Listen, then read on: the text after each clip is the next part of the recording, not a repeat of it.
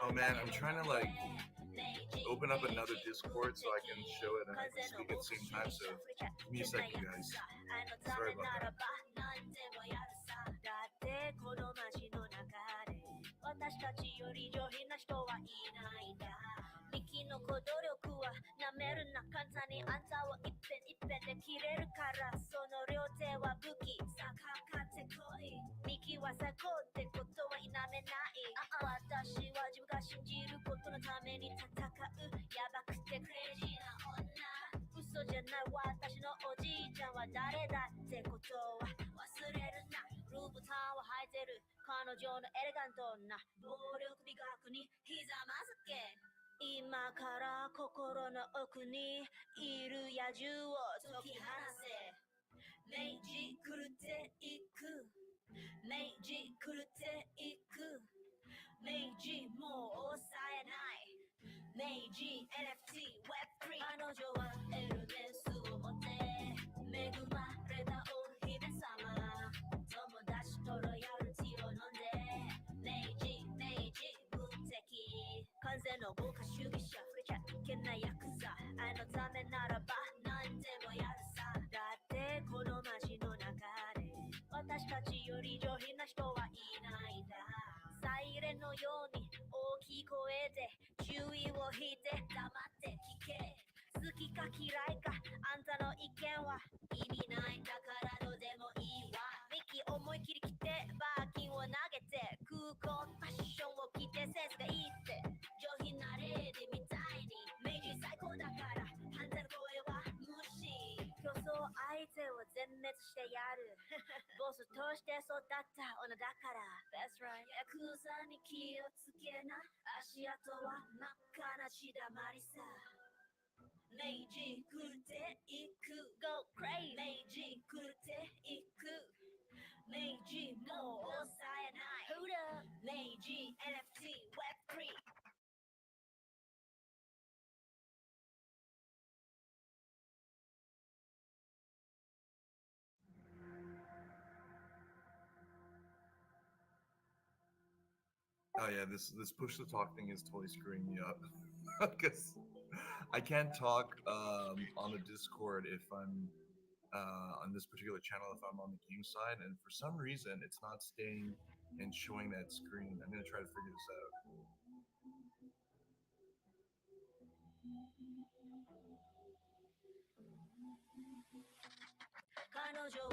No, because the settings on this game channel is it's only push to talk.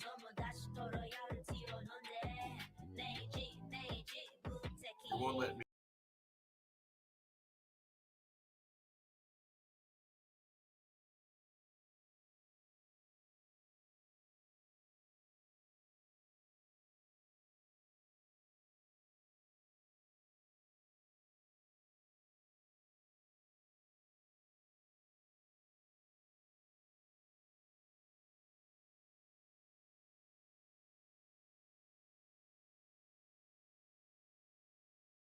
Okay. Yeah. So let me know when we can start, and I'll give a basic rundown, and I'll be able to.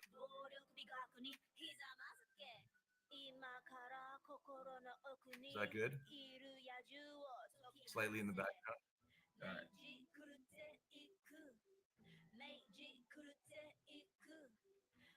All right. I'll just turn. There we go. Let's try a little. Yeah, we get in fights with the other game engineers and stuff like that because they're like, I'm like, my mouse sensitivity is so low, and they're like, it's already sensitive enough. I'm like, oh my god, is that the range? Because like, it's not like whatever. I'm like, that's like hardcore of a gamer. But these guys, like a lot of the game devs, you wouldn't believe it, but they're not really good gamers, and so like, they use like their mouse sensitivity is like way up higher or whatever like that. I'm like, no, so Yeah. You know, like a lot of things, like a lot of people, like when you first enter the game, like sometimes like the game volume is really high for the loading screen, and that's pretty much like across the board. For whatever reason, I mean, I think a lot of game devs are like, oh yeah, we got to show the impact, and like every gamer is like, holy shit, I just like almost went deaf, or I scared my mom when I loaded up the game, and you know, it's because the game devs once they set up the screen, right? Like they just think like, oh, it's good, like whatever, and they don't realize the environment that a lot of people are in and stuff like that. So it's just funny to see that the kind of disconnect sometimes.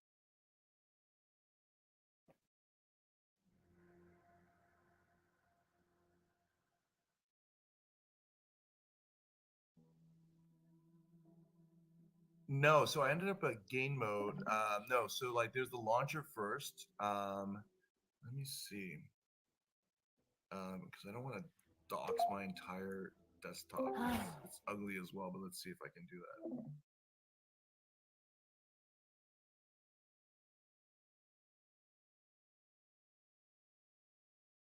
that. All right. Are you seeing my launcher screen at this point? Okay, that's good. So I don't get fully doxed. Okay. All right, here we go. So once you download the game from the main website and you've launched the launcher, what will happen is that what you've launched is our own launcher, and that will do all the account creation, the downloads, the account updates, and so on and so forth. And when you do the account creation, there's two options. There's one for social, which does not require an NFT, and then there's one that does require the NFT, and that's if you have the NFT, then you go through that entire MetaMask process, which is not super streamlined because we're using the mobile MetaMask wallet to do it, but it's secure. And you can always delete the MetaMask mobile wallet if you're not comfortable with that after you've done the process. But this is going to basically be a lot more robust by the time we get to the beta. But essentially, our game splits up the gameplay and then the crypto assets through everything that touches the blockchain goes through the launcher. And then once you set up everything, including your player loadout, which NFT you're going to use, you click play, and then you take that particular loadout, and then you go into the actual game itself, and that's where you earn whatever you're going to earn, the play, the matches, and so on and so forth. And then when you exit out into the launcher, like your balance will all be reflected up here, right? Changing. Yep. Uh, your Discord is overlaying the game screen. Oh, okay. So you don't see the launcher? No. Oh, one second.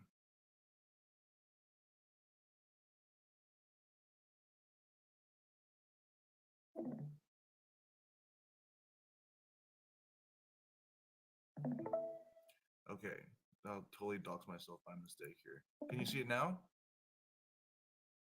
Yes. Yeah, it's working now. Okay, super. Yeah, so this is the launcher. So like I was saying, like this is the first screen you're gonna see. And that's where your username and so on and so forth. Your profile. So right now it's like if you have multiple NFTs, like you'll see them here, and then you can choose which NFT you're gonna go into. Yeah. These are meant to be the intimate photos. Like in the game, there's no nudity or anything, and this is a kind of a side boob. But it's so it's supposed to be your like intimate girlfriend photo. And so yeah, it's kind of not safe for work a little. There's not real nudity there, but Twitter doesn't agree with me because I'm usually shadow banned on Twitter because of these things. So you'd pick your player, and then later on you'll have your accessories, which you'll get through your inventory, and then you'll do your loadout. Um, and then in the store itself, we'll have our marketplace and so on and so forth. I don't know how much of it is enabled, but you can also exchange, your tokens and so on and so forth. Up here, yeah, we haven't enabled it yet for this. So this is gonna load into Oblivion. Okay, I'm just gonna exit here. And then the treasury is where you're actually gonna withdraw the MAYG from your in-game balance, and this is the cryptocurrency that we have that's gonna be on XAI, and what's available will withdraw and so on and so forth. But anyways, the main thing for this test, as long as if you have one or you have none, if you have none, then you won't see your NFT. There will be no NFT if you're just doing a social account. And then just click play, and then you'll jump into the game. Yeah. I have no control over the initial sound. Can you still see my screen, Tadashi? You see the load up? Okay, great. That's working. So, okay.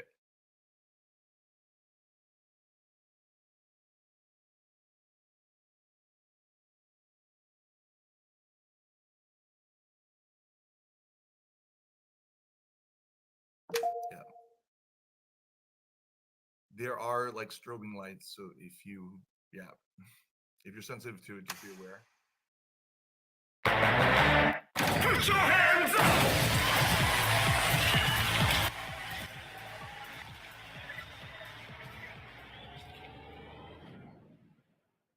Okay, so we were actually one of the first games, although it hasn't been documented anywhere really, where you had your 2D NFT and then you'd have your actual complete loadout as your NFT. So then there's a separate 3D model.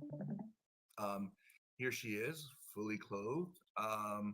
And so the very first thing that you might want to do when you enter the game is just go to the options, right? You can turn the sound. There's the music. And I'll just put that all the way down, and then the sound effects and so on and so forth. The voice chat by default is always on, just because the game is a very social game as well, but you can just turn that off for now. Camera movement, like flicks to X or Y axis. I asked them to add this in because I'm like 49, and so I play first-person shooter games with the axis flipped, because if you don't know the history of it, the first simulator games were all like airplane games, and so that carried off. So like if you play Doom or Duke Nukem or like early like whatever Quake or whatever like that, the default is that it's actually flipped. And then here are the controls. So like a first-person shooter game, it's the same pretty much the controls. Quick weapon select 1 to 6, move WASD or the arrow keys if you're a complete noob, and spacebar to jump, C to crouch, B to look behind, shift to run, and then you can either tap to weapon select where you get a UI to like figure it out, or on the mouse left to shoot, right for fine aim. So like whether it's like kind of sniping or kind of moving your perspective forward, or using your scroll wheel for the weapons, right? We call it quality level. If you are like not getting the great frame rate that you want, you can lower it to like low or whatever like that. But what it's doing is it's just taking off some of the shading and the lighting. So it's a kind of quick and dirty way to kind of increase your frame rate. But basically, if you have a good system, then high is going to be fine. So there are 3 different game types, but it's all fundamentally the same game. The only difference is that in this first round, Tiffany, you're playing against 3 players. You're playing with 3 players, and it's winner take all. Bulgaria is 4 players, and then Cartier is 5 players. So the game gets a little bit more complex with the number of players in terms of like the gameplay, but the environment is always the same.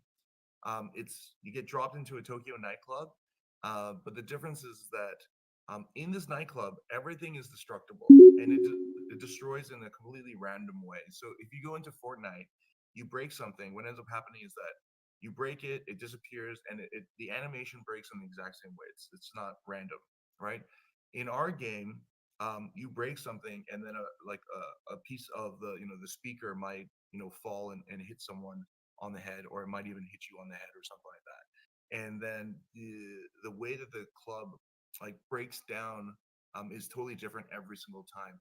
So even though this game is mechanically very simple, the requirements on the system have been really high. There's environment damage, there's collision damage, there's fall damage, there's weapon damage, and there's knockback damage, right? And so there's a lot of calculations going on here, and so that's what we've been trying to optimize. We've actually reduced the network objects in the game in order to make it run with the current, physics engines that we're using. So we're using Photon Fusion, and we're built on Unity. And so why that matters is because the game is completely a multiplayer. And so for every multiplayer game that you have out there, you need to be in sync. So like as I'm playing, you're seeing exactly the same thing that I'm seeing, right? Also because any game that's actually a legitimate game that's multiplayer, in order to combat cheating and also to make sure that the game is running in a way that is basically in line with everybody else, you're going to have your gameplay servers. Like the game is going to be basically on server side, not client side. So even if you screw around on your client side and make yourself 10 foot taller and you aim faster or whatever like that, the actual thing is like that won't register in the actual game itself. Whereas if you put everything on the client side and you're able to run like 10 times faster, you actually will run 10 times faster because you're going to communicate that to the server. And so you'd have an unfair advantage or basically cheating. So let's just look at it. So this game is all about matchups, right? So it's social competitive game. So you start with 3 players. The entry fee here is 1 AP, okay? And then you normally start off with 10 AP per day or 5 if you're just a general like social account. And it's replenished every day. So just think of Candy Crush in your daily like hearts or energy. It's the same thing. When you win, it's winner take all, and you win 5 GLB, which is gold love bracelets. That's basically our gold coin in the system, and you get 1 XP. So if we just look here on the top, like you have 3 players, so it's a turn-based third-person shooter. Okay, so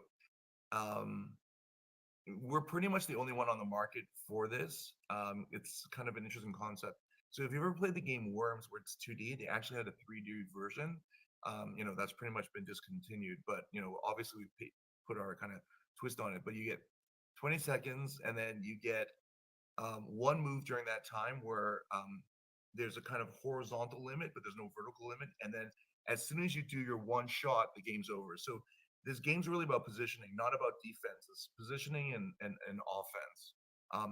It will only make sense if you play the game, okay? Because most people haven't played a turn-based third-person shooter ever, and most people haven't played a turn-based like this particular game. Most people are used to something like XCOM or something like that, where the pathing is kind of really set, and you see where you're going. Here it's like free pathing. So imagine you're playing Fortnite, but you can only go so far, and then after you shoot your one shot, your turn's over. The reason why we did this is really interesting because if you are playing players worldwide, and if you distribute your NFT worldwide, and the NFTs are the main characters, then you should have worldwide liquidity. But if you're playing a competitive game and players are from all over the world, it's really unfair because depending on where your server is based, someone who has, if it's like US West based and someone's playing for, maybe like France or from South Africa or whatever like that, their ping could be anywhere between like 200 to like 320 milliseconds. So obviously the person who has 0 ping is going to be far more competitive. Whereas in our game, because it's turn-based, even if your ping is like 120 or 200, because you're the only one acting during that time, you could still be competitive. And as the game is, as a central server and it's syncing everything, there may be times you experience some lag, but that lag basically will be reflected by everyone as like everyone's kind of in the same game state or synced in the same way. So Bulgaria, if you look at it, 1 AP, so you always need an AP to play, 3 GLB, gold up bracelets, and then you win MAYG, our actual game token, right? Then it's 4 players. What I mean by this, like this is our actually ERC20 token, and then excuse me, sorry, it's like 5 a.m. where I'm at. And then Cartier round is 1 AP and 2 Meiji tokens, right? And if you do run out and it's 5 players, you can always go to here, our diamond exchange, and then you can convert like a diamond. You can buy the diamonds using GLB, Here I don't have any GLB here, but I could make myself have GLB. I can exchange 25 diamonds here for like 12 gold love bracelets, right? So our diamonds is kind of our social like general currency where you can convert your GLB or your MAYG back into more AP so you can play longer, or into GLB if you just need to have some more, right? You've run out, but you have some diamonds. Okay, cool. So how do you want to do this game night? And thank you guys for having us, Ellie, and I appreciate it, and Ryan for you guys setting this up.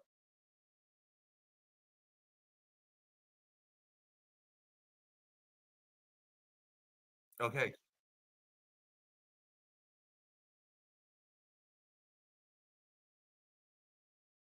Okay, absolutely. So, are there other players? Because I can't see the Discord. 'Cause every time I toggle out. Other players out there? Because I know that. Okay, fantastic. Okay, so let's see. Because it's multiplayer, obviously people have to queue up for it. Hopefully, our developers are on here as well, Danny and Wukash. I pray. Okay, here we go. Fantastic. So you'll be in the lobby, and then you'll just jump into the game once it's queued up. So we're still optimizing things, but it should be a lot better. So they're both on social accounts here. So I'm gonna just turn up here. Okay. So in this nightclub right now, in the first part of the game, a lot of it has to do with line of sight, right? So as you get used to the game itself, then you kind of know where people spawn. Yeah, a lot of the weapons are very, splash damage oriented, and they're all luxury weapons. It's kind of meant to be a humorous game, I think. Hold on one second. I'm just gonna turn this down a little bit. So I'm waiting for King Crawley to finish his round.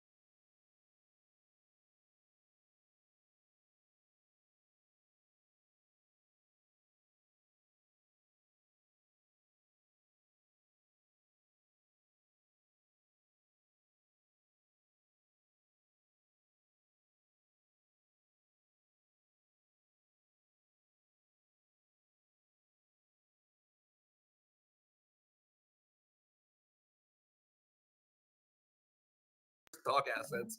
So obviously we're an indie studio, so we didn't spend money on the NPCs yet. And so I'll press tab, and there's a number of weapons. I'll use the credit card first. So just imagine it's like a black card credit card, and I just screwed myself there because I was using the wrong keys. Okay, I'm not gonna do that. I'm gonna try to toss this ball. No, I run out of time there. So I took a little bit of fall damage there because I wanted to kind of show off and kind of get a better vantage point to smash her. So the architect now is actually knows how to play. That's good. She's using a bag and she's dropping it on me. Yeah. So I'm taking fall damage here. Yeah. So what's good about the knockback is that obviously because like once the game is done, your turn is done, you're pretty much exposed, right? So line of sight really makes a big difference in this game. So the knockback actually repositions you, so the attacker can like lose that line of sight as well. So the architect may not know where I am exactly, or maybe they do, but they're fairly exposed. Oh, nice shot. Yeah. So this game is a game of collusion as well. Okay. So like, let's say that at this point, me and the architect, we're down on our luck, and King Crawley's still like with full health. Then we can basically say in voice chat, hey, let's just beat the crap out of this guy first. So even if there are like bots that get created and you recognize there are bots, then you can just beat the crap out of them together. So you can just get out of that. I am going to miss my turn again because I am stuck here. So I want to get in a better position. So you have to be aware of your surroundings, in the sense that like with the animation, you could end up basically getting your shot blocked, and then there's self-damage obviously here. I will probably, yeah, just try to show you how a weapon works first. Sorry, I'm a better game designer than I am game demoer. I guess it goes with the territory, but it took us 3 years to get to beta finally. So we've done a lot of these alpha tests, but I've had to rely on a lot of other players to help. There's a little disco ball right there in the middle. There are different power-ups that give you shield, additional ammo, health as well. So we haven't really got into the game hardcore yet. So my turn. Okay, let's just blow some stuff up, man. Enough talk. All right, so here's the main weapon that you get. It's the champagne bottle. Think of it like golf, okay? So I click to get into aiming mode. I'm gonna look at my shot. I'm gonna click, hold, then release. Right?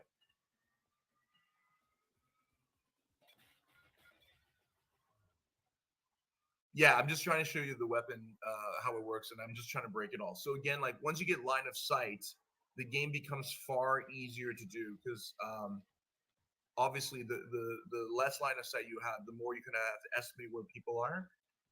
So an easy way if you're a new player is just blow shit up, but that exposes you for doing that.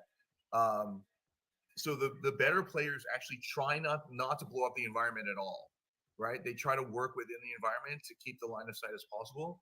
And every time you throw something, you kind of get exposed here. So in King Crawley, he is being nice to me, and he's kind of going after the architect, I think.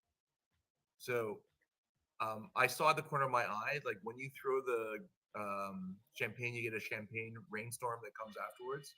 So I think that person's right up there. Yeah. So let's say that someone's camping, you have no idea where they are, right? Oops, let me just get out of that mode. So I'm gonna press tab. We have an anti what do you call it? Camping thing where it does a global what do you call it? Attack. So you can see the background of the person on the screen, or you'll see they light up. So we can see, even though it's quite far away, we can see her there. She got lit up. And unfortunately, or fortunately, you really can't do anything during your turn except for look around and be really observant. And that's on purpose. So whether it's like selecting your weapon, and yeah, they just blew the crap out of each other, whatever, it all happens just during your turn only. There's King Crawley. He's definitely going for the kill. Thank you for being nice to the founder and not blowing the crap out of me so I could continue this demo. Yeah, it's just the three of us. Yeah, it's a free for all. So he's deciding that obviously I am the game designer, so I must suck at my own game, which is fairly true at the moment. Let me see if I can find him. And then this game also, if you go right up to the person as well, you can do like a melee attack. Yeah, so like that's kind of a sure, what do you call it, hit there. We haven't got the animation completely right because obviously I landed on top of her, but so there's actually 7 types of damage that you can inflict on someone melee just by walking into them. So if you're that close or doing whatever weapons, and you'll see like the environment actually creates either cover or kind of obfuscates the view, right? So it depends on how you want to do it. And okay, I think the sticker's wrong, but the architect just eliminated King Crawley. King Crawley, thank you so much for protecting me all this time. So I have no idea where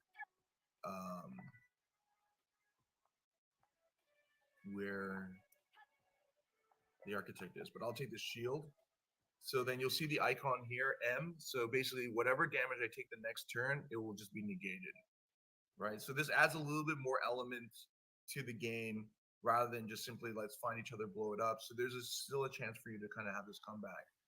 I think the biggest thing is, and then when you kill someone, they'll have like this purple power up, and this is kind of like major power up. So yeah, I got 10% returned. So I don't know where they are. I'm gonna do this, and I'm just gonna call her.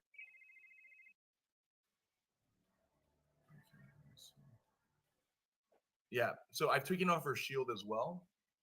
And since I'm like have higher health and stuff like that, obviously I can go out and like hunt her down. And she just called me as well, so it took my shield off. Okay. I have no idea where she is, so I'm just gonna start putting it. No, so like on the bottom you'll see there's the ammo, right? So I don't have any more. So what I'm gonna do is there's a champagne balls at 7 there. So I'm just gonna use this up, and I'm gonna just try to blow her out and just try to find her where she is. So standing in the middle of the club is not what I recommend you to do. But sometimes you can get lucky because of splash damage and stuff like this. Yeah, so Architect is going to cheese me for another 5 as I find the Architect. So I want to find some kind of high ground, actually. Okay, I'm playing a little bit more advanced here, but it's see where my icon is. That green thing is my HP. Yeah. So I'm just gonna like blow the crap out of the club as quickly as possible, so I get more line of sight. Actually, we have this one player. It's my friend's wife, and they call her the Angel of Death because she memorized the map, and you never know where she is, and she just ends up killing you. There we go. See, as I look around, I see there's where the Architect is, behind there. Yeah, the yet exposed. All right. I'm gonna just try to land this over there. So, yeah. So the environment actually protected her there. I can see her right there. She can see me. Yeah, that's okay. I have more health. So unless she, all right. So she's gonna use a ninja card on me, and so what's gonna happen is that I'm gonna get knockback damage.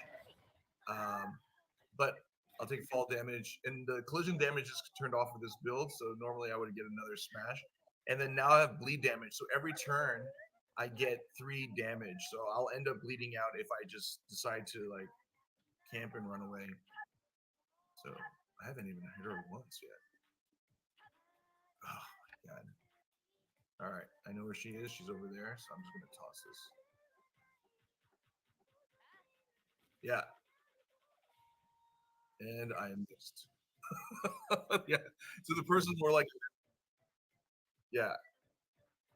So in the spirit of NFTs, obviously like all the accessories and all the dresses are going to be NFTs as well. And then you'll be able to level them up as well. And whenever you level up your character or all the items, what's going to happen is, yeah, thanks.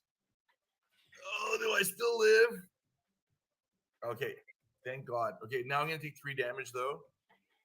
Do I live? Oh shit, I'm like at 1 health. All right. Got this. Yeah. So I'm using the scroll wheel here. This is not clean because there's so much debris here, but I'm gonna really try to do this. Oh, and yeah, I kind of ran out of time there. Kind of like the sync was kind of lagging on. So the game has been really hard to optimize. Yeah. Thanks, Architect, for letting me live. Yeah. So Architect has killed me in this game, and then we go to the lost screen. Yeah, we didn't get the win screen here. Yeah. Yeah, pretty depressed. So we have the leaderboard, and so the what do you call it? the airdrop will, a lot of it be based on the leaderboard, so it will track a lot of things. So I got 0 kills. I didn't have like any like damage, so that's the HP is like the damage that was done, right? And then that person's won 5 GLB and they've won 1 XP, right? So that's that. But the game gets fun when you're really trash talking people and you're basically saying, "Don't kill me." So a lot of people are like, their skill is like betrayal. Some players like I never trust. They're like, "No, Sinjin, let's just like let's just gang up on this player," and I'll be like, "Sure." And then the next turn they'll just like blow me up. And it gets worse when you have like obviously 3 or 4 players that are going on. Yeah. So let's try one more time. So I know that the graphics look like they're from PS2, and it's kind of on purpose because we have a game studio and it's like 10 devs, including myself, and then Tadashi, who's in charge of marketing and socials. So we focus really on gameplay balance because it's social competitive. So, but nowadays with everything, there's ramen. It should be a good matchup. Nowadays with everything, like we can just go back and modularly just improve things, so the models and the shading and so on and so forth, as part of polish. We're never going to be a triple A game, but I think like if you look how ugly our NPCs are, like by the time like the NPCs look good, if we actually upgrade the NPC, then we've pretty much gone to polish as well. But stylistically, this is kind of what we were kind of going for, this like kind of 90s Tokyo look.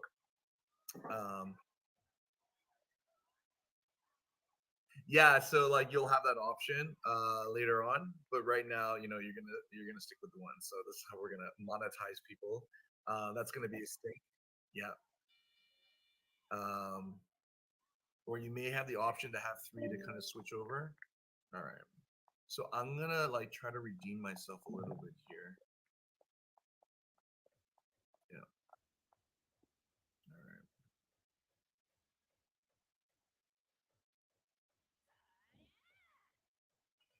So I'm not as good as a lot of other players. So what I'm gonna try to do is just basically blow the crap out of the environment from my vantage point and try to see what's going on. So where the NPCs run from, there's 2 points where they run from, either where you're throwing it sometimes or where it lands, right? So if there's a battle going on between 2 people, you can just basically see where the NPCs are kind of running from. If I turn on the sound, you can also hear the proximity sound. Like Fortnite later on, we'll have it where there will be an arrow, like a small arrow showing where the sound's coming from, whether it's the top or the bottom or whatever. So people will have more of an idea from the sound itself. Okay. So like if you want to be like sneaky, you can also like, crouch and just kind of hang out with the girls or stand up and pretend to be one. It's funny when that actually does work. So I'm just gonna like basically blow the crap out of the club.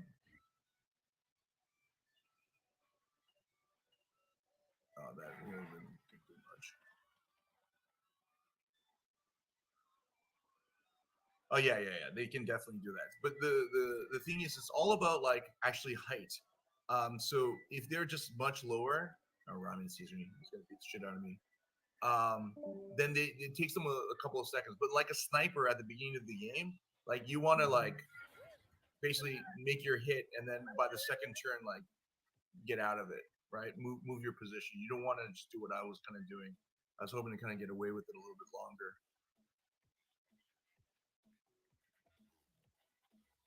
Okay, I'm gonna turn up some of the music because it just sounds a lot better with music. I'll turn it down when I do more commentating. All right, let me cook, boys. All right, so Ramen, he did that. He exposed himself. I'm taking my ninja card and I can zoom in to get more of a first-person view, and I'm gonna smash him. And there he goes. So he's fallen to the, sorry, it's sinking a bit. He's fallen to the right side there. So he's taking that 3 bleed damage at the top right. So at this point, like he's gonna always take that damage, like when his turn starts. So he can keep accumulating that. So he can be like 3, 9, 12. So some games, like some guys have just used cards to just annoy other people. And it's just like everyone just use a card on this dude, right? So Ramen, he's using the bag. The bag, it has like the longest range for an explosive weapon that does like whatever, but the card is like a sniper, Axis sniper rifle. The problem with the card is that there's no splash damage. Even if there's like one little piece of debris in front, it will block the card from going. The suitcase, we haven't used it yet, but basically it's a tactical nuke on wheels. It does the most damage, and it's this huge splash range, right? And the architect has fallen from somewhere. He was trying to get in a good position. And I'm going to be a bitch, and I'm going to smash Ramen again in the head. Yeah. And so now he's going to take like 6 damage. So now he's kind of on the clock at this point, right? So every time he's not like beating the crap out of someone or getting a power-up, the power-ups never reduce the bleed damage. So all you can do is kind of delay it. And that's on purpose. Like, we don't want the game to be a bunch of campers just like hiding out somewhere, whatever like this. And he's gonna do the same to me. So we've turned off environment damage. So normally I would have taken like 6 or 7 more further on it, just because we're just doing some syncing and we wanted to have more of a stable build for you guys. Okay, I'm gonna turn that back down. So what I'll do here though, instead, I'll turn off the sound, and I'll really put up the FX so you can hear it. So yeah.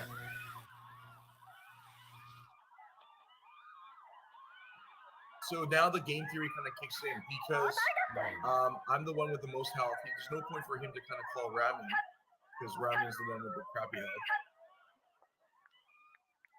Yeah, and so let's say that you end up getting stuck behind something.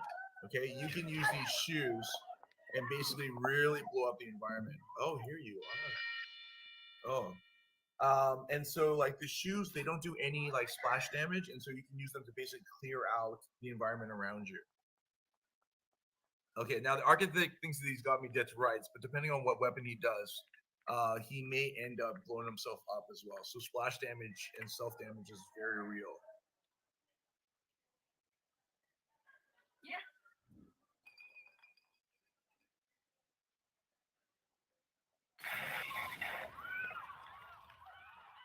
All right, this is gonna hurt, unfortunately.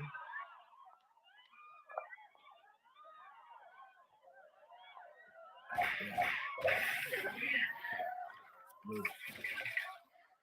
All right, that's taking a lot of damage there. Go for it. All right, so I'm gonna go with old trusty here, and she was above there. It's easy to lose kind of sight on the players. Oh shit, that sucks. It's not gonna make it.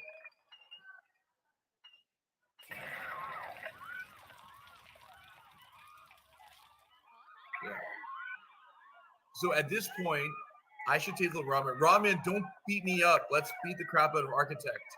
He's over there, right? Because Ramen knows Architect has all that health with no bleed damage. So now Ramen is going to do the same thing, I hope, and he's going to want to blow up Architect.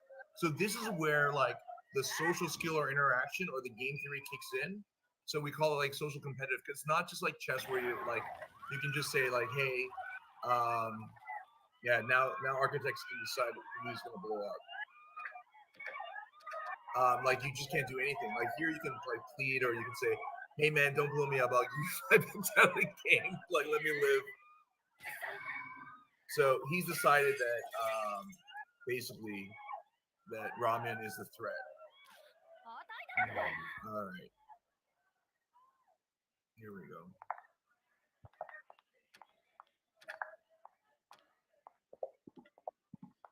All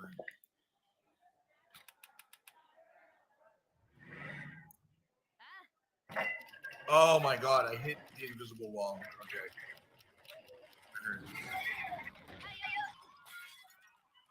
Yeah, I blew the crap out of this.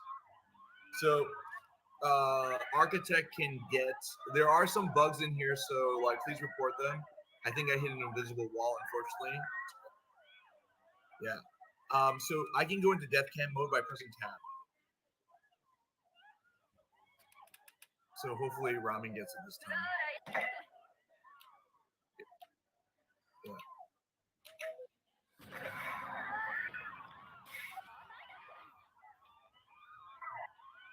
Ramen, go get that power up after.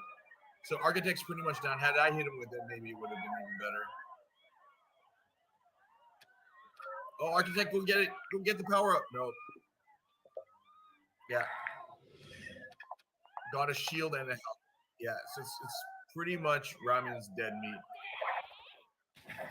But so now Ramen has like 4 bleed damage on him, like 12. Like he's just gonna die. Yeah, and that's it. Yeah. Oh yeah. We'll have dance emotes and like taunt emotes, so before you like kill them, you can like dance a little bit or whatever. There's a lot we can do.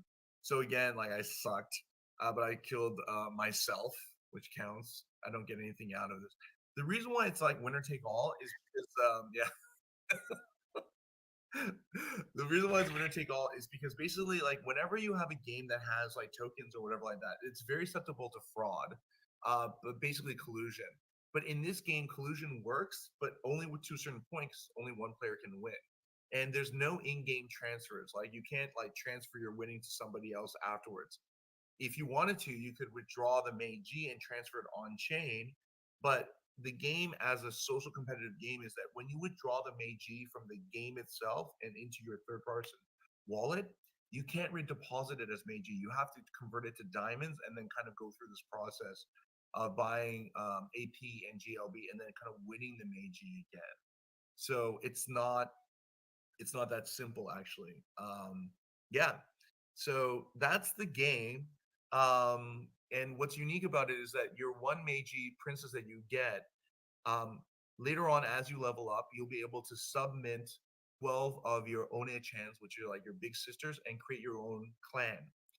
And so the major thing is that obviously there's a sync that happens every time that you play. So you get the 10 AP or the 5 AP per day, and it's fine. It's basically like free money, right? It's a free incentive to play. You play Tiffany's and you play as much as you want. You run out of AP, you can buy some more AP, whatever like this, and you run your GLB up, right? And then at that point, when you run your GLB up, you can play Bulgari, and then for 3 GLB, you can win the 1 Meiji token, right? And then that is the actual cryptocurrency, the Zai token you'll be able to withdraw and like buy items and everything else with this. So it's our ecosystem token. Like everything will be priced in Meiji itself.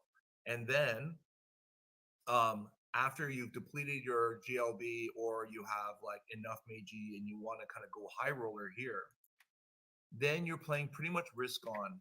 Okay, your 1 AP 2 Meiji to play, and you're gonna win 2.5x, so 5 Meiji. But what's also happening here is that there's 5 players, they're depositing 2 Meiji to play each. So the prize pool's 10, but you only win 5. So what happens to the other 5 is that we take it out of circulation in some respects.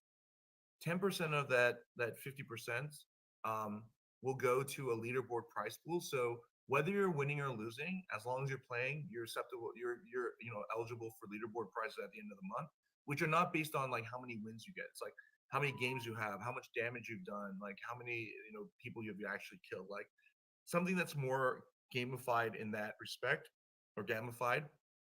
And then 10% will go to our treasury, which obviously, if the price of the Meiji token is not doing well, we'll just either hold it or we'll burn it. And 30% gets burned. So fundamentally, every time that you end up playing Cartier around, 30% of the total supply that's like being played or minted gets burned. Ultimately, though, like there will be an inflationary supply here. So even though we're giving 40% of our initial token supply out to the airdrop and our players who are playing and our alpha testers and beta testers, the game will mint and have inflationary supply through gameplay. So the more people are playing, basically the more Meiji will go into the system. But because it's entry fee based, we'll always be able to burn 30% of whatever happens. And so what ends up happening with a lot of other games in Web3 is that the burn is kind of optional. So like I'm playing, I've earned the token. Now I decide whether or not I want to burn it or not by, buying an accessory or whatever. In this particular game, in order to play the game, you need to burn X amount. So in this case, we're burning 50% of all the potential supply that's created. So you might say, well, okay, you're burning 50%, but 50% is being kind of minted out there anyways. And that's true. It's something that we can manage and something that, we can see happen. But if we have like a 10,000 players, we're still burning 50%. Whereas if the burn is optional, then you could have 10,000 players, but the burn still stays the same because they burn one time to buy one emoji, and then that's it, and they're still minting out. But the main thing is that the the GLB is really our kind of in-game promotional currency, which is free, right? And so what ends up happening is that because that's totally free and that's totally risk-free when you're playing Tiffany, you just use one AP, you get 10 a day, and then you win this much. This is where kind of you can create a potential for your, like what we say, like your bankroll. And you can run that up to like 1,000 GLB. And if you think that my win rate is going to be, like 50%, and then MAYG is worth X amount, then you're incentivized to kind of move over and start to play, because you really can't do anything with GLB except for like create a kind of potential bankroll. And so this system is kind of, I'm gonna get a little nerdy here, is taking a risk-free incentive, and then we're creating a stage where risk reward is introduced to finally fully risk reward. So Tiffany is zero risk, and it's free completely. Bulgari by default, okay, is you're converting basically your GLB into MAYG. It's still like a little bit risk-free because you still fundamentally, it's free, but now you're risking what you want into MAYG. And then finally, in the third round, it's MAYG to win MAYG. So like if it was any like regular like kind of matchup where you're basically risking this to win this, and you're winning just 2.5.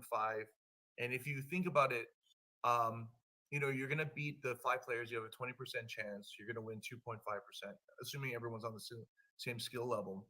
But games are designed in certain ways. Like if you play chess or you play Counter-Strike or you play Fortnite, these are games with a really super high skill cap. So meaning that like whatever game that you play, and if you are that much better than that player, like it's very obvious. But in this particular game, or a game like poker, like we don't have MMR ratings. And so even a really professional player can play with like a newbie player and they could still enjoy it. Meaning that like the newbie still could have a chance because of luck or collusion or whatever like that. Let's say that you get in with 2 pros and they look at you as a noob and they're like, okay, we're gonna beat the crap out of each other first, and then you end up finishing that person off, and you end up winning. Over time, the pro will have a net win. But this game is like that. Like there's no MMR. Like people can just play, and then that social function really adds that depth where you may not be the best technically at the game, but the way that you play it socially, you may get an edge there, right? So yeah, that's basically the game economy there. So what's going to happen is that once we get to the beta, the marketplace will have all the the power-ups, and not power-ups, sorry, the skins and the emojis and so on and so forth. And then ultimately, this game, we talk about social casino stuff, is that the money that you make in this game will be shared within the pool of your own clan, and then you can invest to make your own social casino. So this is basically like the first game of our ecosystem, and it's meant for you to like fight, win and get your bankroll, and then take that bankroll of MAYG and then buy like a casino license or a sportsbook license or your own horse or so on and so forth, and then basically start to make income for your family in a kind of PvP, against other, what do you call it, Yakuza clans. And so there's this kind of macro game that's going to occur.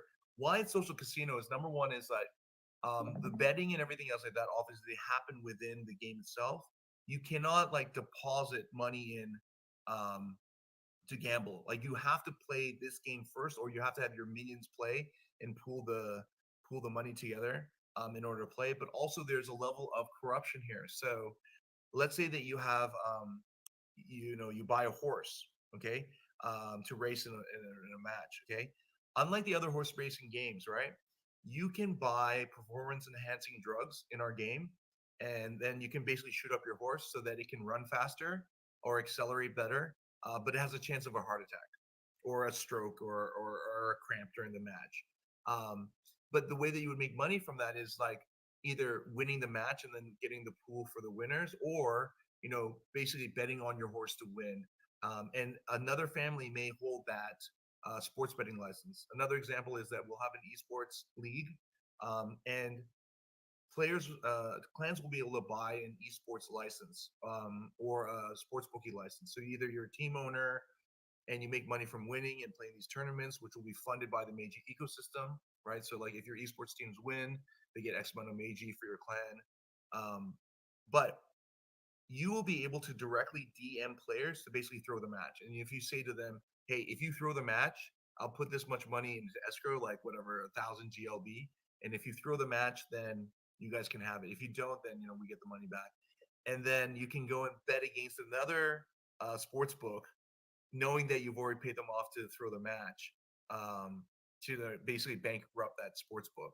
And so I'm from the casino poker world originally, not originally, but in professionally when if you guys know a company called Poker Stars, I was the regional director for Asia, and I actually legalized poker in Macau, and I introduced the game of poker to all of Asia, without exaggeration, back in like 2007, 2010. What's interesting about these businesses, though, whether it's a casino or a poker room or whatever, in order to run the poker room, and let's say that I'm taking like bets in MAYG or GLB, even though I may be a net winner at the beginning, I still need to have a float of tokens in order to take bets. So if I'm taking like $1, $2, 2 MAYG bets, then in order to do the payout initially before like the fixed odds kick in, I need to hold like maybe like 1,000 MAYG or 2,000 MAYG. And if I want to like do like whatever $10, 10 MAYG, 20 MAYG bets, then I'll need to hold like 10,000 depending on how many players I have. And so MAYG itself may be inflationary in terms of supply, but the amount of MAYG needed to run the system will always be in what do you call it, in deficit, right? Meaning that there might, even though the supply is increasing, the need for MAYG will be far more than the actual supply, and that's the balance we're trying to get. So in the next like 2 to 3 months of this play test, what we're trying to do is get this core economic loop working. And so there's two parts to it. Number one is that like it works, like it's incentivizing players enough, and they're going through like the stages and so on and so forth.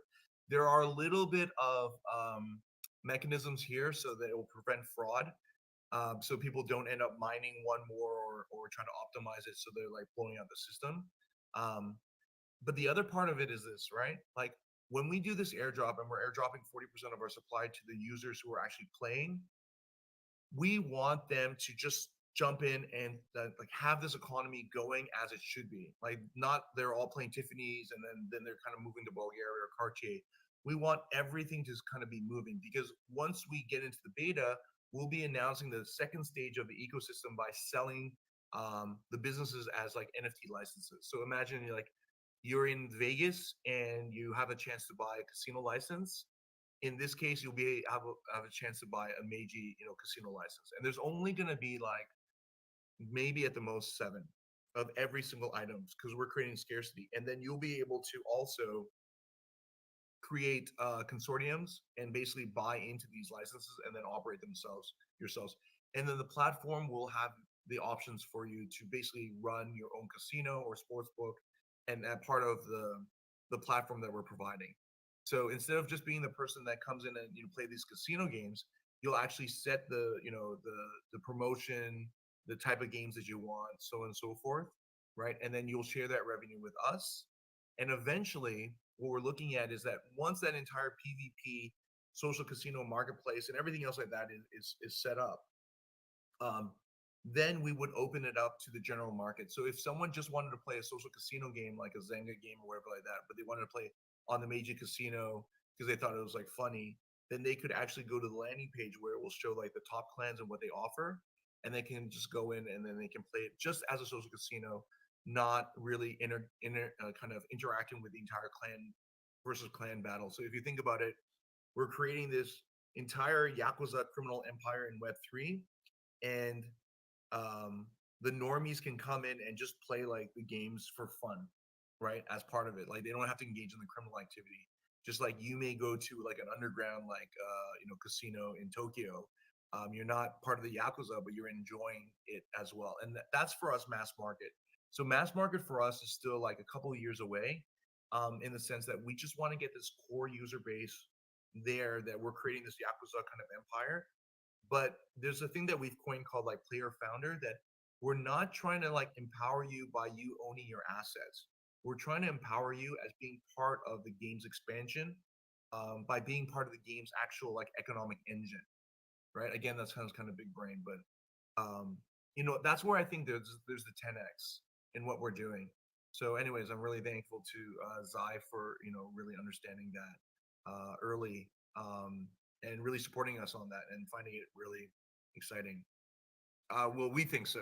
I mean, I've just put 3 years of my life into this, so I plan to spend the next like 12 years or 20 years doing it more so. So I'll be like 70 years old and I'll still be like playing this game, getting blown up. That's the plan. Cool. I don't know. Am I still am I talking still, or anyone else there, or did I get disconnected? I hope I didn't get disconnected this entire time. I still can hear you, Sanjay. Okay, like I wasn't just talking to myself. Yeah, because I just saw the game No, screen. I can Okay, hear you. okay. I'll turn my camera. I'm in like in Singapore right now in a hotel. So this is me. I'm a real person. I really am 49. Yeah. So, cool. Does anyone have any questions? Or you guys? Hey, thanks guys for coming out. The roundtable have been really early adopters, and so yeah. Any questions or comments? Yeah, I did get a haircut. My wife was not liking the long hair anymore, and so I wanted to please her. I haven't seen her for nearly a month. They went to Korea with the family, and so I'm gonna go to Korea tomorrow morning at 2 a.m. and hopefully surprise her and get some love. We'll make a third baby, I hope. Highly unlikely, but we can always whatever. Yeah. So, Ellie, what do you think? Any questions or anything from the audience? I think a lot of these guys are from us as well.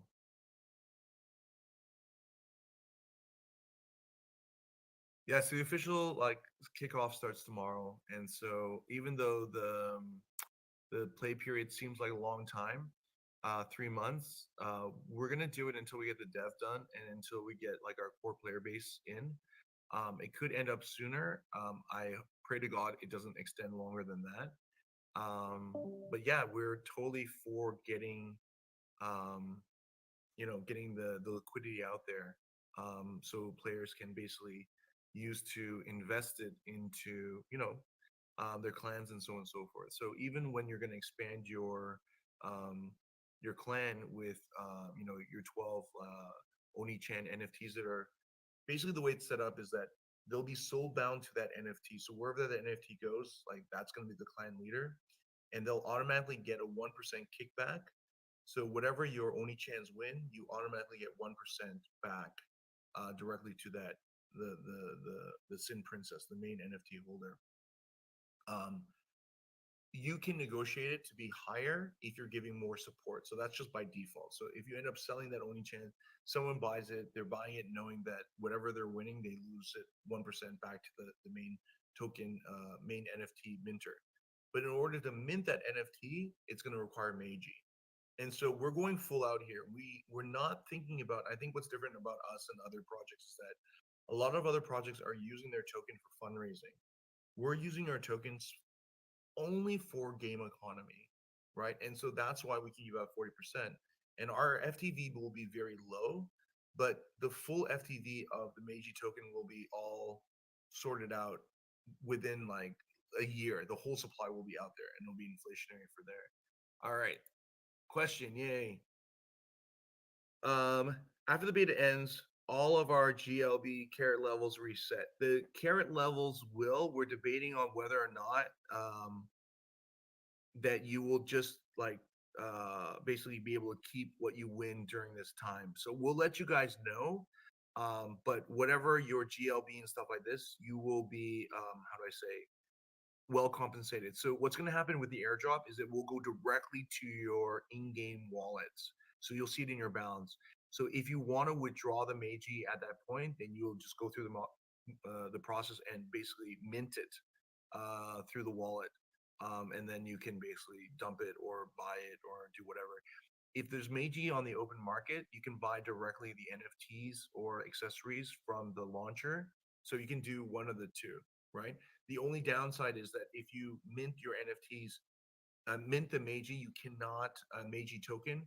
You cannot play with the MAYG token anymore inside the game, but you can use it to buy assets or diamonds to get back in the game for. Yeah, Murdoch, you rock. 16 kills in 18 games. That's good. Go ahead, Jamie. You can ask me anything.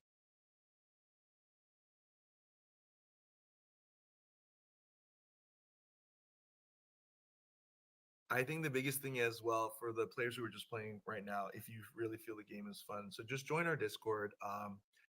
We're not fair weather people in the sense that like um, we're not trying to build a mobile game that will last like a couple years. We're really trying to build a forever game, and we're trying to get core users as well. Like I mean, that's really the most important thing. Architect, you've done great. So like if you're into first-person shooter games, it won't take you more than 3 games to kind of get competent. About 8 to 10 if you haven't played first person shooter games. We don't have a first time user tutorial, and that's kind of on purpose because we wanted to make it that it's easy enough to onboard just by learning by yourself. um, it's not an excuse. We will have some kind of tutorial later on, but the nature of the game as a social casino game is like you may need to know when you play poker for the first time what the hands mean and stuff like that. You can basically jump into it and enjoy it. That's what we wanted to kind of create. Yeah. Any further questions, or do people want me to get my head blown off again because I've been playing really crappy? Because I'm trying to explain as I'm doing it as well. Yes. All right. Let's get myself blown up again. I can't see what's going on in Discord while I'm doing that, so I'll field any questions after I get blown up again. Yeah. Okay. All right. Here we go, Tiffany. So I'm not going to Bulgaria. Usually, what happens is that in our server, if people are up for a Bulgaria game, then they do. But we're gonna have basically our core community members and other people incentivized to basically provide liquidity during the official times, which are starting tomorrow at 8 p.m. UK, 8 p.m. EST, 8 p.m. PST, and 8 p.m. Singapore. It's going to run only on the weekdays, but people can organize their own game nights otherwise. And so here's Boom Boom. He's from Utah. Yeah. And I'm playing from Singapore, and we're waiting for one more in Tiffany. So yeah, the number of players does make a difference on your estimated wait times. We're gonna try to make it so no one ends up waiting more than like whatever 45 seconds. And so that requires still a little bit of coordination just because multiplayer games are just like that. So if anyone's not in a game, there is a game waiting for you. Yeah, in the Tiffany. And hopefully I will play a lot better. And to all our community members that came out for Arbitrum game night, thank you. Please go easy on the new players and not blow the shit out of them right away so they can actually see that the game is fun rather than getting blown up.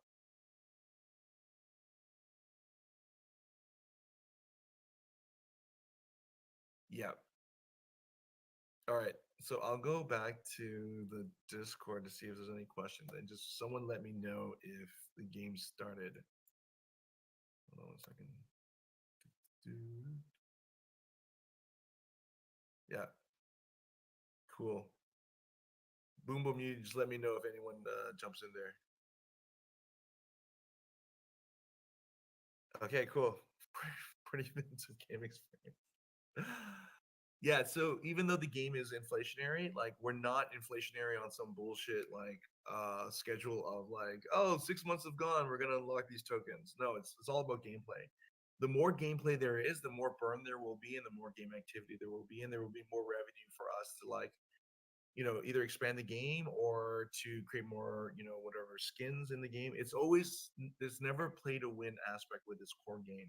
But with the other games that are coming out, those will be kind of pay to win in the sense that you're investing into what you need to do. Who is the old dude? I want to see the game. Thank you, Smuffed. I do want to see the game too. So you can see here, I'm waiting in the lobby because Discord, for whatever reason, is not letting me show that screen. So if Danny or anyone else out there in the universe can come and join my game, I'd appreciate it greatly.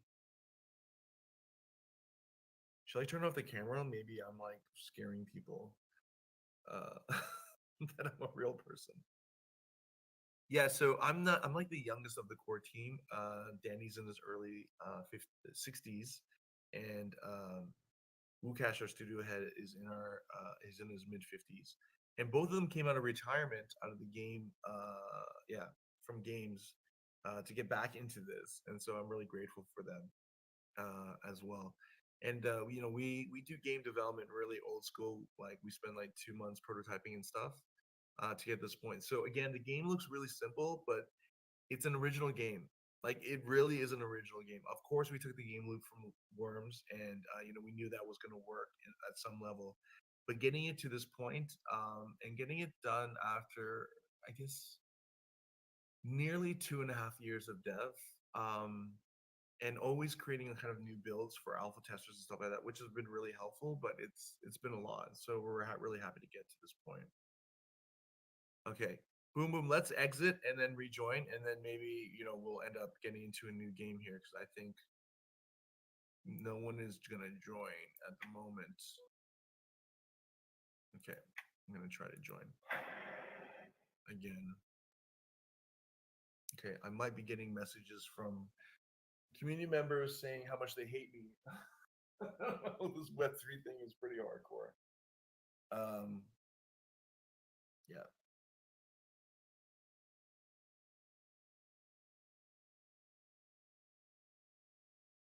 All right. Ivan, I guess you can't join me. Is everyone else in another game? If anyone's in a game, can you share your screen so people can actually see what's kind of going on? Just seeing if anyone's gonna get mad at me here.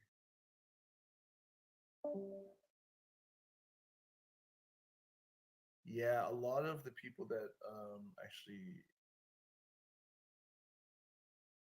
are supporting us were in another space. Do you have any other players who want to just jump in and try? If not, then we'll just leave it at that. Okay.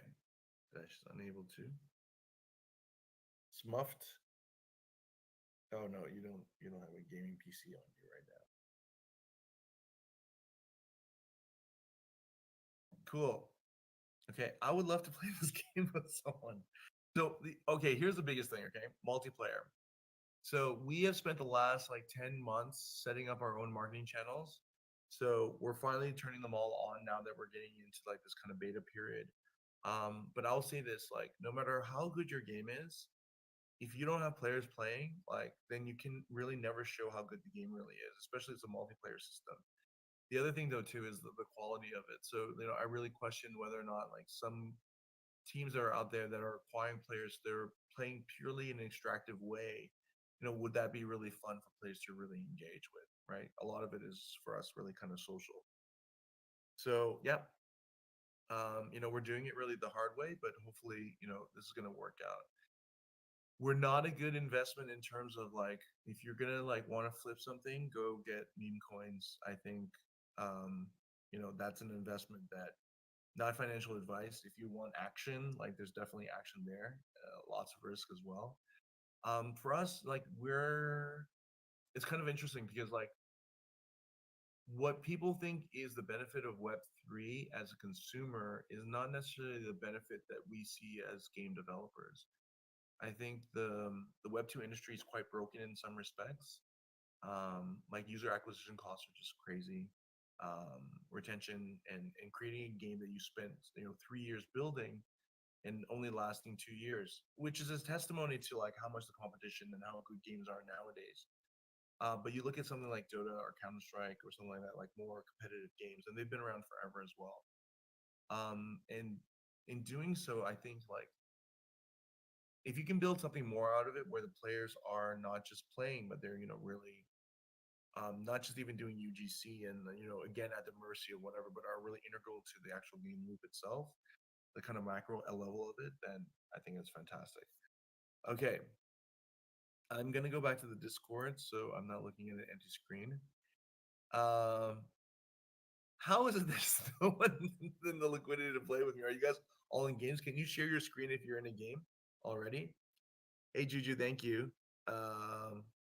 Great for looking forward to playing. Yeah, just download the game. It's PC. We're unapologetic of it being a PC game. Oh, we can't share in the channel. Okay, so screen sharing is locked. Yeah, so okay. Here I am. It's like 5:20 in the morning. I've only slept like 3 hours in the last like 1 week because of this launch. Does anyone have any questions or comments? Boom boom, let me know if someone actually joins. Or stop joining other people's games. Let me finish off on a high note and have one last demo. Yeah, I can't stream. Yes. So like if you are new to this and coming into the game night, thank you guys for coming. Just know that there are actual games going on. It's just that I can't show you what. What is the best age to start having a heterosexual man? Best age to start having as a sexual hetero man. Like best age for sex? I would say, yeah, Smuffed. That the best age would be the age where you fall in love and it's legal in your state or jurisdiction and it's consensual and there is perhaps even parental blessing.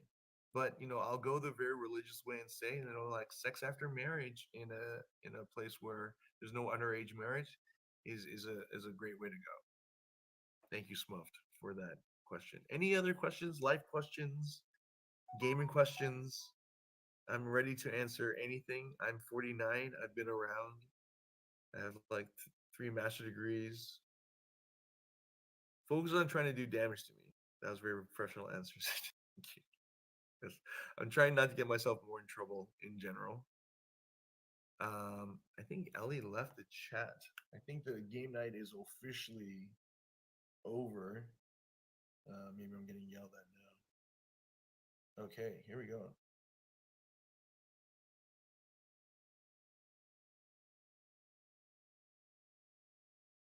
Okay. Okay, super. It's been great. How long should we stay in for? Ellie's actually left here. Let's see. Oh, connection error. Unfortunately. Let me just exit out again. And then I'll try again.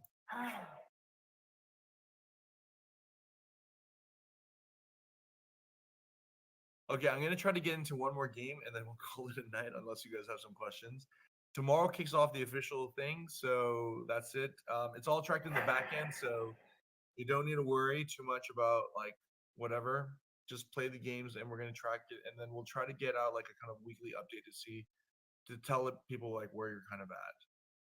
Oh, and for the leaderboard of rewards, like they're gonna go like weekly and monthly, so you don't have to grind the whole 3 months. That's not what we're trying to do here. We're not trying to make your life miserable or anything like that.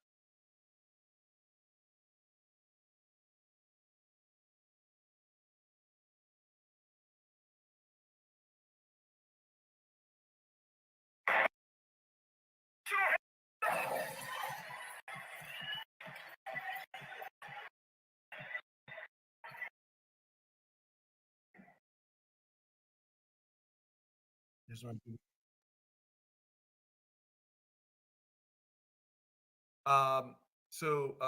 basically the first one is 3, and then 4, and then 5. So it's capped at 5 players, and it's winner take all. Yeah. Yeah, but you see, like, I don't qualify to enter into this lounge because I haven't won any MAYG yet, so I need to win at least 2. Yeah. So why we want to give 40% is that then people will have enough balance to play all the games that they want to, and then we can really see the economy kind of moving forward for it. Okay, we can. No, I'm starting my day. I have a couple of meetings to go to for one for breakfast and then a lunch meeting, and then I have a dinner. Just they're all marketing related, and then I fly out to Korea at 2 a.m. So I'll leave to the airport at 11, and I'll arrive at 9, and I'll see my family who I haven't seen for like about a month. So it'll be nice. And then I'll be at Asia Blockchain Summit as a speaker in Taipei from mid-August. So if anyone's there, then that's great. Okay, I'm not gonna join another match. I'm gonna, like we're gonna wrap things up, and yeah, super. So yeah, this is the night before the actual launch. Yeah, I'm great to have it with Arbitrum and to be here. Yeah, if there's any other questions, yeah, thanks so much. Appreciate it.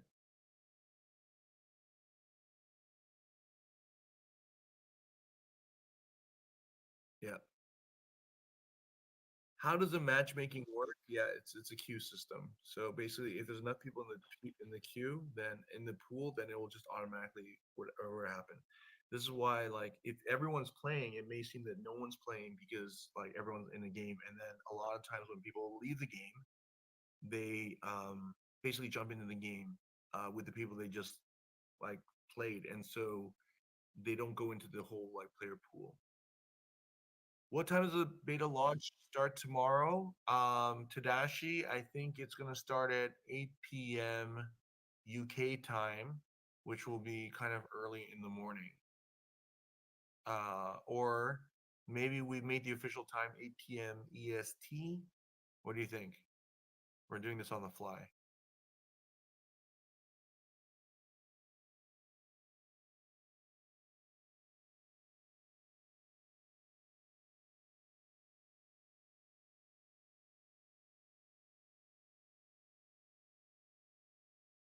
No, no, no. It's random. So if 2 of you are in the queue, but Tiffany clicked entered lounge and can't see you guys because he's already played with other people, it won't let him match with you guys now. No, no, but there are different instances. And so like let's say that there's like 3 game instances open. The system will try to match players randomly. Yeah. But normally if there's only 3 people on or 6 people on, then there's only 2 game instances running. So then, it will try to optimally just keep games going. So there's a kind of formula there. The problem is like let's say that we have like 7 games going on, right? And then we don't have a pool of players who are kind of waiting. Then what ends up happening is that when those games finish, what players tend to do is like rejoin right away, and then whatever game that is that just ended, then those players end up getting mixed with each other. That's the problem, right? So that will be solved like when we have more player liquidity. So players will be playing Bulgari, Tiffany, and Cartier, and those all kind of like end at different times. And so players will like have more choice because there'll be more players just kind of in between games. So the crazy thing is like let's say everyone's playing a game and we have like whatever like 100 games going. If they all started the game at the same time, then there's no player liquidity pool until they all end the game, right? So yeah, just because they're already in games, right? And so that's not really transparent from if you're in a poker lobby, it'll say how many players are in playing. Maybe we do maybe need to put a liquidity count there, like how many players are playing or queued, or how many Bulgarian games or Tiffany games are doing. Tadashi, make a note. Okay. we should put some kind of indicator of like how many games are currently live. Okay. Yeah. Make it UK time. Make it EPM EST time. Tadashi, are you up for doing what time is 8 p.m. EST UK time?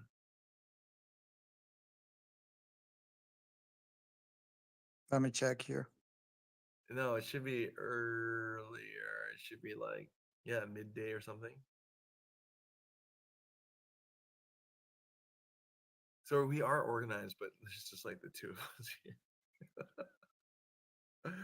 Midnight US is 8 p.m. Eastern. Okay. No. Like It's UK. like 4 p.m. here in Okay, Brazil. yeah, you can. Okay, fine. Tadashi, we're gonna start at 4 p.m. What called EST for the UK players, and let's see what happens.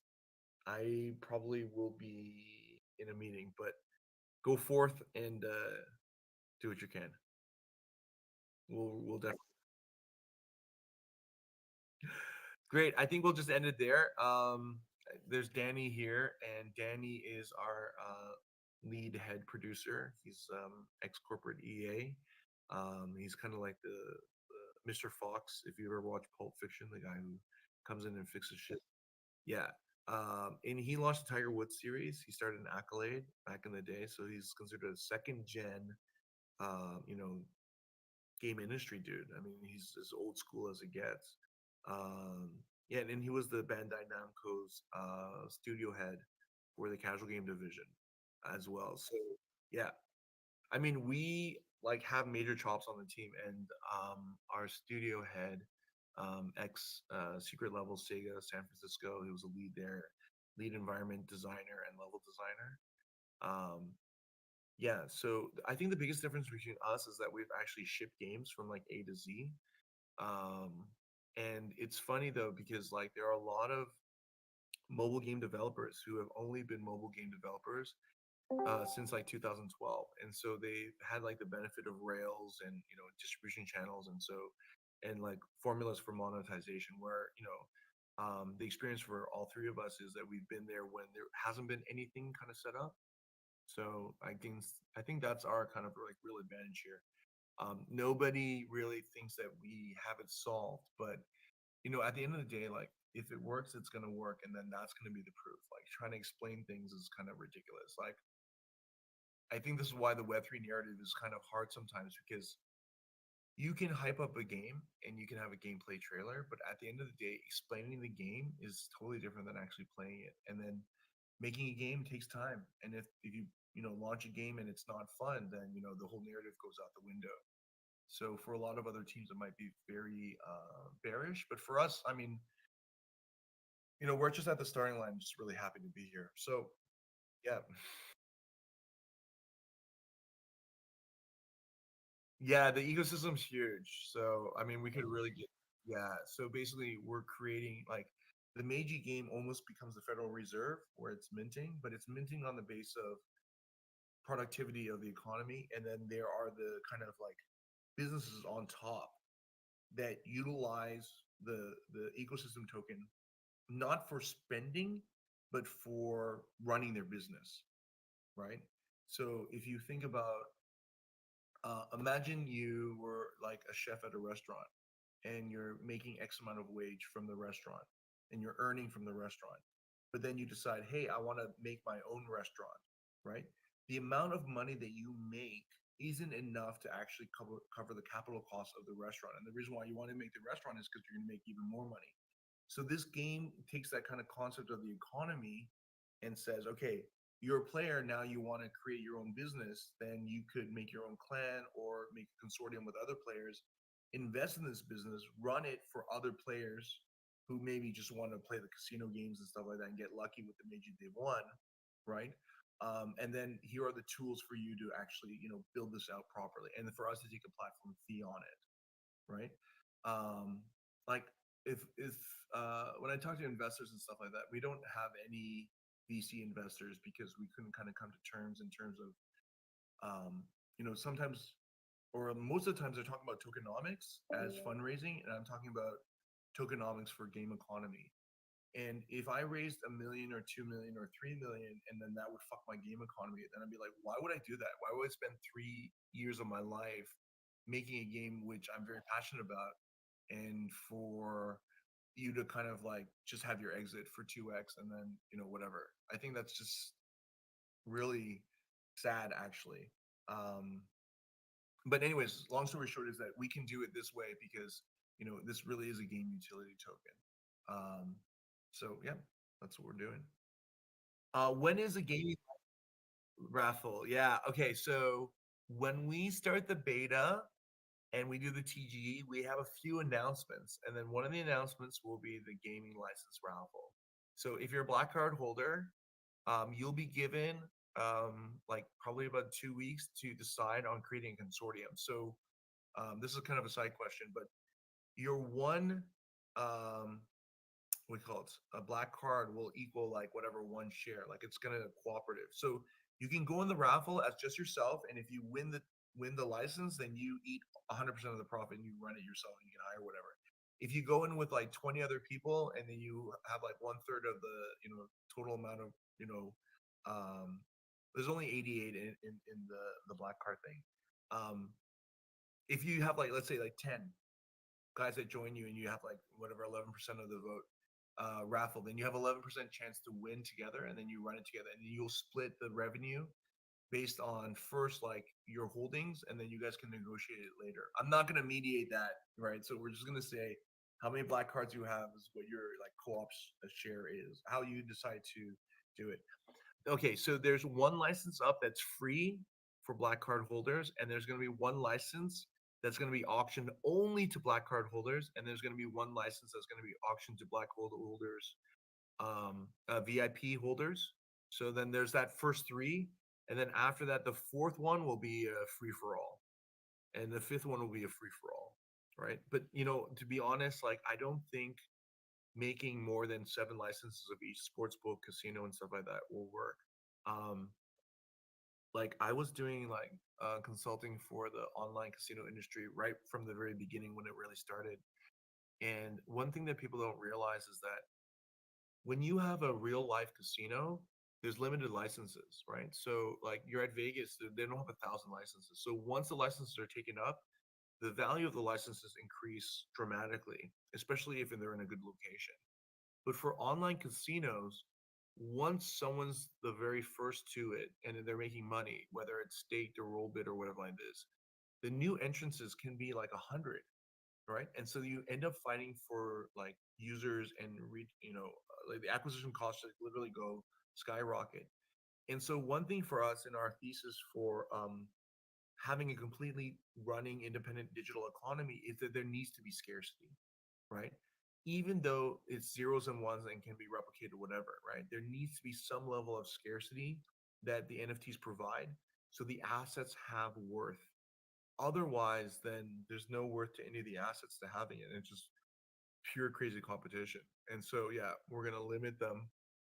Everything in the game for assets will be limited. If you want to buy a dress, just like all dresses, like they're not going to be like there's 10,000 holders or like even 120,000 holders from all the NFT we call it if people decide to mint, but let's say there's 10,000 core holders, there's not going to be 10,000 dresses of the same dress. Like not everyone's going to get a dress. There's going to be like the Zara level dress where there's going to be like 1,000, but then there's going to be like the Dolce and Gabbana level dresses that there's only going to be like 10, right? And then each one will have its own benefit and its own flex.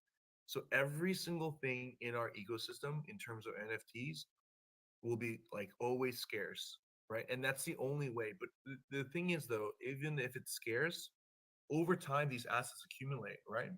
So, like, I think looking at it holistically, kind of like in the long term of how the economies work, um, you need to build in scarcity, but you also need to build in functionality where, like, we have these dresses and they have the same function, but cosmetically now it's 2028 and this is the new style, right? So there's like that added kind of like social or like whatever fashion cloud. But the other thing is like these new NFTs have this kind of new utility that they give you bonuses at these casinos because now now we have the casinos running and so on and so forth. So still keeping things to scarcity, but also like upgrading the functionality like you would do for any asset, right? Like there's a new car, it has new features, it's a new model, it's a new make. There's something more than just having another car on the market. Otherwise, like no one would buy new cars, right? Or new cell phones or so on and so forth. So taking a lot of real world kind of experience on how like kind of markets and industry moves, I think that's our kind of our edge. The reality is though, because we're older and we're trying to do it more long term, there has been this disconnect with like immediate like attention economy return. So um, you know we aren't as well known for the amount of effort we've kind of put um, in terms of like our user base and also kind of our footprint in the Web3 space. But then again, like I don't want those users anyways. Like I'm trying to really create, or we're trying to create this structure where, you know, we're hand in hand with like kind of player founders who want to be a part of like the biggest social casino yakuza online economy ecosystem, right? And if it works out, we'll be more than 10x of wherever anything's at. So if I say that, like, not financial advice, I'm just saying like for what our ecosystem, what we want it to be worth, that if Zynga got bought out for like whatever, like 6.7 billion, right? We want to be 10x of that, right? If that translates to like 60 billion, great. But like even if it translates to like even 1 billion in a very short period of time, like in terms of like equity value or whatever the worth of the thing, I think that mission accomplished. But we're not going for like, oh, here's some money and we've made money and we made a successful game, let's move on to the next one. Like we're trying to build an actual independent game economy, open game economy that will last for as long as it can last. Yeah. Smuffed, any more sexual questions, my son? Considering how different the model for your game economy is compared to other Web3 games, what has been the hardest part about getting the average user to understand this? The answer is you can't. Like if things are going to work, they're going to work because it just works. So you go and you play poker. Do you know how the casino works? Do you know what the overhead of the casino is? Do you know what the revenue model is? Do you know what the rate per hour is, the user value? You don't know any of this, but you sit down, there's a table's comfortable, you play, you enjoy yourself, and you leave. The reason why people have kind of thought about like that the player needs to know what the model is before they play is because the majority of players are not really players, they're speculator investors, and they're players kind of secondary or tertiary, right? And this is why the most popular games in our space are the most simplest because it's the one that people can understand as investors. So they think I can understand this game, so therefore it's a good investment and it's something that I can play. The biggest thing though is this, right? A game can be good the first time you play, but is it fun enough that you're gonna play that game without incentive, or download the game again, or reopen it? Like, I mean, this is a very key question for Web3, right? Because like everyone can look at a first person shooter and they can say, hey, well, that was really fun, I really enjoyed that game. But if they never open that game up ever again, um, and play it again, then the game wasn't fucking fun. It was just a review on like where the game was at. We have only about, in total, we have about 180 to 200 alpha testers. And out of that 200 alpha testers, we have about 20 core ones, and then up to like 40 at the kind of more maximum of regulars. Okay, so only 40. And they have played this game since alpha for like nearly a year and a half. And even when there weren't game nights, they organized their own ones, and we got them a stable build, and they ended up playing that for no rewards or whatever like this. Not everyone's going to find our game fun, and hopefully we've done a service to our core users that we have made the game more fun. Yeah, thanks, Iobiz. Appreciate it as well. But as long as we get our core, then the rest is just going to happen. Like, it's the funniest thing. Okay, if video games are hit game industry, then just like films are, then what do films do um, more than anything else? If the release date isn't great, they'll delay the release, right? So they could have the film done and it's like 2 years finished, and they'll release it like 2 years later, like they did with the COVID and stuff like that. Or else, let's say the game is finished, but it's like there's something wrong with it. They'll literally reshoot scenes from like a year later, right? And actors will have to come in and reshoot the scenes. And Breath of the Wild with Nintendo, Zelda, they finished that game. The game was done, and they spent 1 year further to polish it.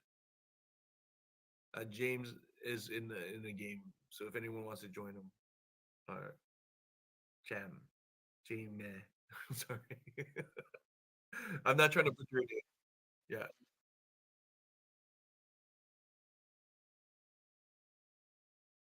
yeah, fantastic. Okay, fantastic. Hey, thank you guys so much for hosting us, Ali. Thank you for the short notice as well. Yeah, cool. And yeah, let me know if you want to jump in. And obviously for the Arbitrum growth, dude, if you would like to have one of our NFTs, I'd love to gift you one. We normally don't give them out anymore. Um we want players to play because we just find that people just come to get the NFT, they flip them anyways. But if you like one, let me know.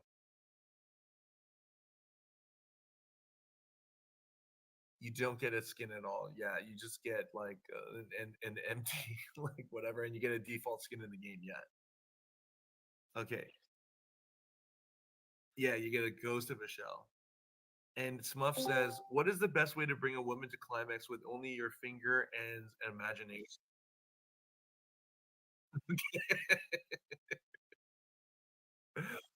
Great, thanks, guys. Okay, cheers. Bye.